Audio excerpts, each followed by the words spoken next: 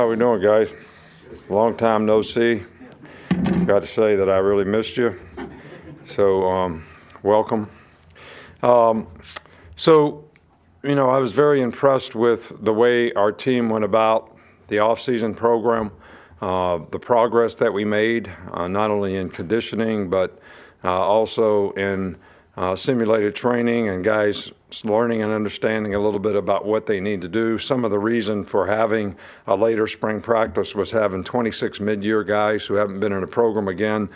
Gave us a little more opportunity to acclimate them to, what it takes to get in condition, learn a little bit about what you need to know to go out there and be able to execute and do your job and have a little better chance to do that. So, because the number one focus of spring practice is on your development. Every player, we want you to focus on your development, not what team you are, not where you're at, not the reps, but take advantage of every opportunity that you get to be accountable and responsible to do your job and take pride in paying attention to details so that you can do your job well.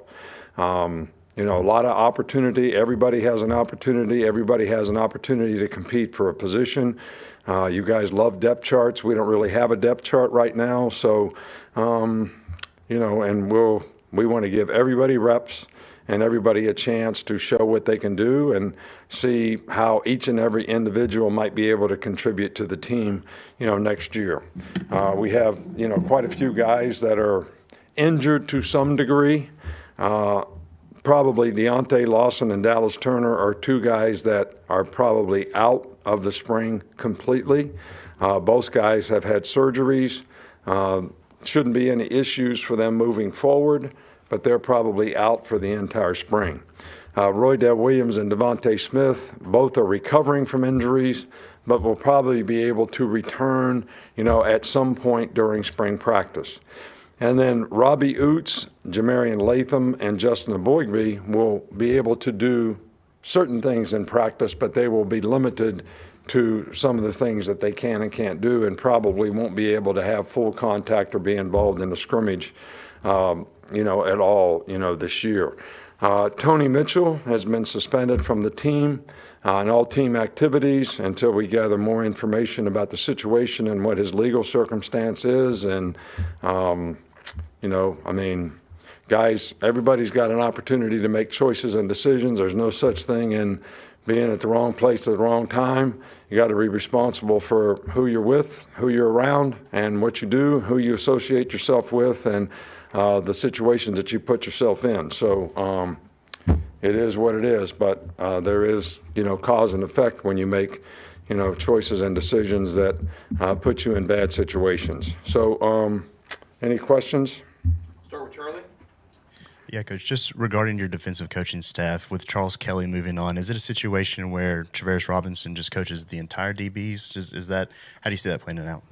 Yeah, well, T-Rob has been here for a year. I think he's a really good coach. He's been a coordinator before. I think he's very capable.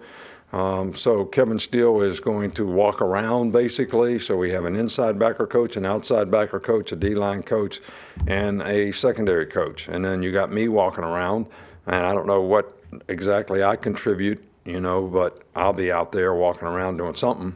And they're still trying to find something I can do, but I'm going to try to do something. And but that's really kind of how we're organized. Chase? What kind of opportunity is this spring for Kool-Aid McKinstry and Malachi Moore as the most experienced guys in the secondary? Well, it's an opportunity for them to play. It's an opportunity for them to create value for themselves in the future by how they play. But it's no different for them than it is all the other guys.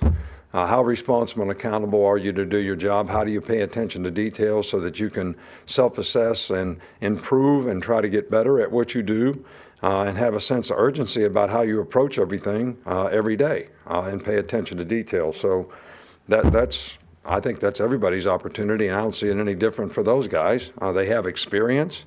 Experience probably matters. Their leadership probably matters and how it helps other players around them develop.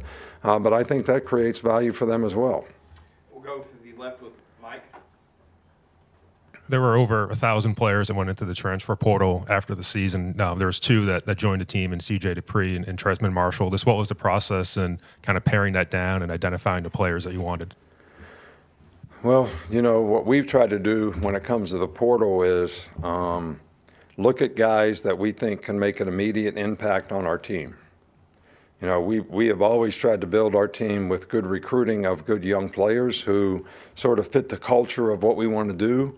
And if we feel like we have a need at a position where we see someone who can come in and make an immediate impact, and I think most of the players that we've taken from the portal, and I think there's been 6 prior to this year, 5 of those guys all made significant impacts on the team.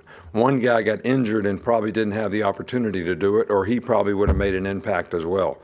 So, and we're going to continue that same philosophy of how we bring guys into the team. We still have to manage the roster. We still have to manage numbers.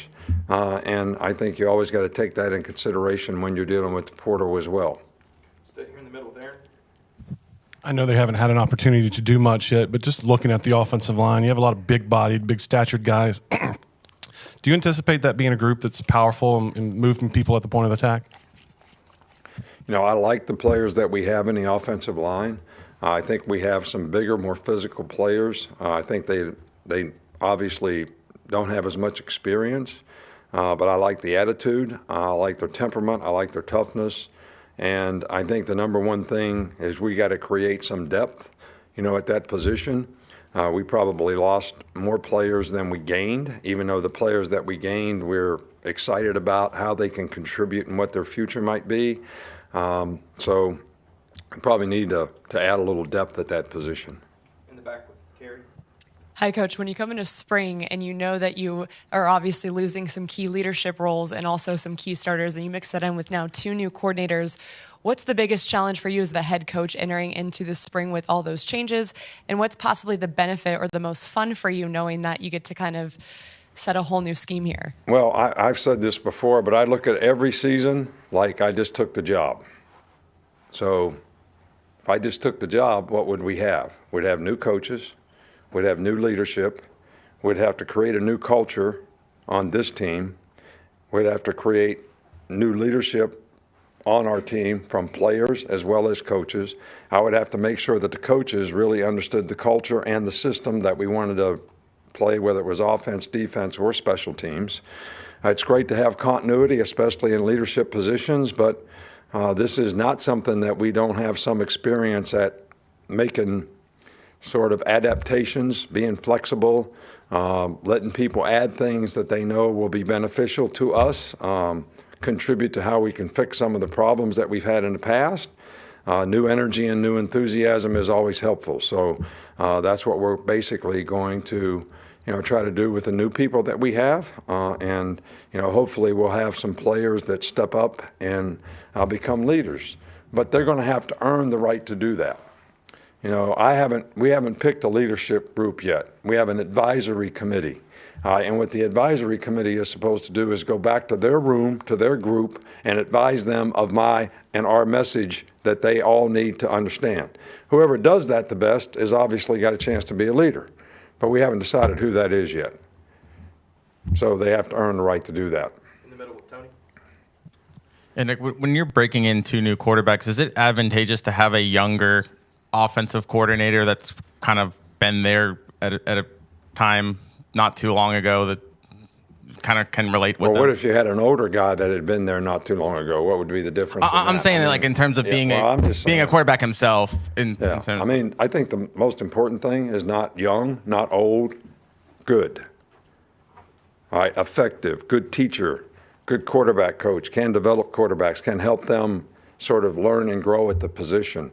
And I think that was one of the critical factors in the search for a new coordinator, was that the guy would be a really good quarterback coach and has a history of being able to develop quarterbacks.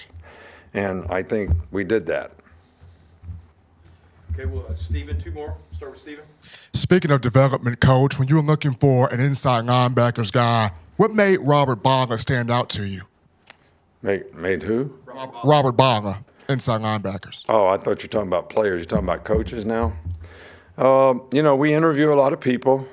So we're looking for guys that fit from a character standpoint, who have good character, who are going to set a good example and be good leaders for the players on our team. Secondly, we're looking for people who have knowledge, especially knowledge that of our system in terms of what we do and how we do it. And can the guy be a good teacher? And in the interview process, we thought that Robert was, an excellent candidate as a young guy that could come in and do all those things well for us. Finish in the back with Taylor. Hey, Coach, you have an opening at the quarterback position. What do you like about the guys who are going to be competing for that spot? Well, look, I think everybody has an opportunity. None of the guys have a significant amount of experience. I think Jalen played, one game, half a game where he really had to play the game, and he made a lot of plays. He made plays in a different way than Bryce made plays.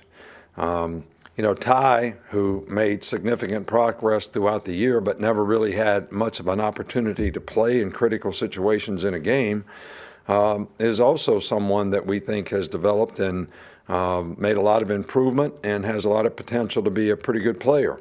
And then we got two young freshmen that, they probably have a long way to go, but they're eager to learn and they're eager to try to improve and get a better understanding of what we need to do. But development at that position is really going to be a critical thing for our team this year because I like the players that we have around them. All right, Coach, thank you. All right, thank you.